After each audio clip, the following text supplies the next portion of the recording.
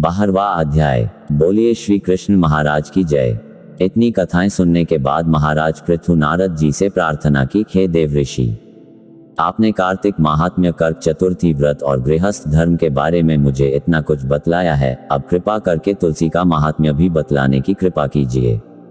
नारद जी बोले, हे राजा पृथु, प्राचीन काल में सहाद्री क्षेत्र के करवरीपुर में अत्यंत ज्ञानी, धर्मात्मा तथा ओम नमो भगवते वासुदेवाय मंत्र का जप करने वाला धर्मदत्त नामक एक ब्राह्मण रहता था। वह अतिथियों का आदर सत्कार भी खूब करता था। एक दिन प्रातः काल एक प्रहर रात्रि शेष रहने पर वह ब्राह्मण पूजा की सामग्री लेकर भगवान के मंदिर को जा रहा था कि इतने में उसने सामने से आती हुई एक अत्यंत भयंकर राक्षसी को देखा। आगे को निकले हुए टेढ़े मेढ़े और बड़े बड़े दांत, लाल बिल्कुल नग्न लकड़ी के सामान सूखा शरीर तथा मुख से घुर घुर शब्द निकल रहा था। ऐसी भयंकर राक्षसी को देखकर भयभीत धर्मदत्त ने अपने हाथ का तुलसी मिश्रित जल उस पर फेंक दिया। जल में मिश्रित तुलसी दल शरीर पर पड़ते ही उस राक्षसी के समस्त पाप दूर हो गए और वह हाथ जोड़कर धर्मदत्त के पैरों पर गिर पड़ी।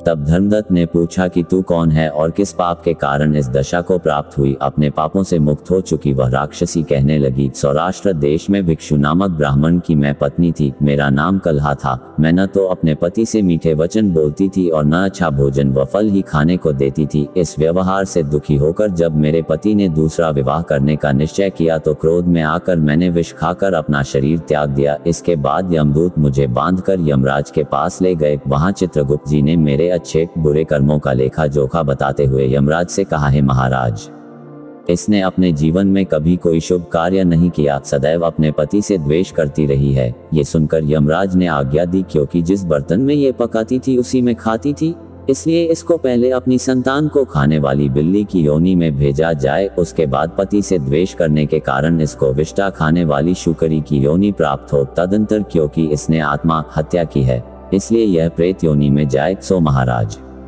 मैं 500 वर्ष से इसी योनि में फिर रही हूँ। भूख और प्यास से दुखी होकर एक वेश्य के शरीर में प्रवेश करके मैं कृष्णा और वेणी नदी के संगम पर गई। जैसे ही मैं नदी के तट पर पहुंची, विष्णु के दूतों ने मुझे वैश्य के शरीर से निकलकर बाहर फेंक दिया। वहां घूमती फिरती मैं आ रही थी कि आप मिल गए। आपने तुलसी मिश्रित जो जल मेरे ऊपर फेंका है, उससे मेरे संपूर्ण पाप नष्ट हो गए हैं। अब कृपा करके इस प्रेत योनि से मेरा उद्धार कीजिए।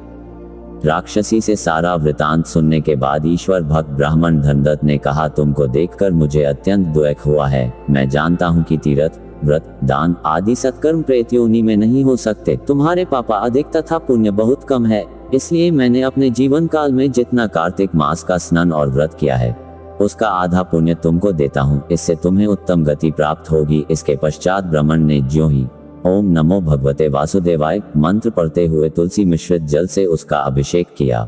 वह प्रेत योनि से मुक्त पाकर अग्नि के समान दिव्य देह धारण कर लक्ष्मी के समान रूपवती हो गई। इसके बाद उसने ब्राह्मण को नमस्कार किया। तभी भगवान विष्णु के पुण्यशील तथा सुशील नामक 2 दूत वहां पर आए और उसको विमान में बैठाकर बैकुंठ को ले गए। उन दूतों ने धर्मदत्त से कहा, हे ब्राह्मण, निरंतर भगवान की भक्ति में लगे रहने के कारण तुम धन्य हो। तुम्हारे द्वारा कार्तिक मास के स्नान व व्रतों का आधा पुण्य दिए जाने के कारण ही इसकी मुक्ति हुई है। हे विप्र, अपने इस त्याग, भक्ति और कार्तिक स्नान के प्रताप से कालांतर में तुम राजा के कुल में जन्म लोग और अंत में बैकुंठ धाम को प्राप्त करोगे। कार्तिक माह कथा को बहुत से लोग उत्तम माह के नाम से भी जानते हैं, क्योंकि यह सभी माह में सर्वोत्तम है। यदि आपका कोई विशेष कार्य लंबे समय से अटकता चला आ रहा हो तथा उसमें अनेक प्रकार की बाधाएं उत्पन्न हो रही हो, तो आपको कार्तिक माह के अंतर्गत नियमित रूप से नदी के तट पर दीपदान करना चाहिए।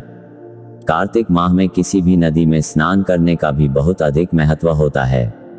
साथ ही बहुत से लोग कार्तिक माह में व्रत व उपवास भी करते हैं। मान्यताओं के अनुसार किसी भी व्रत में व्रत कथा का बहुत अधिक महत्व होता है।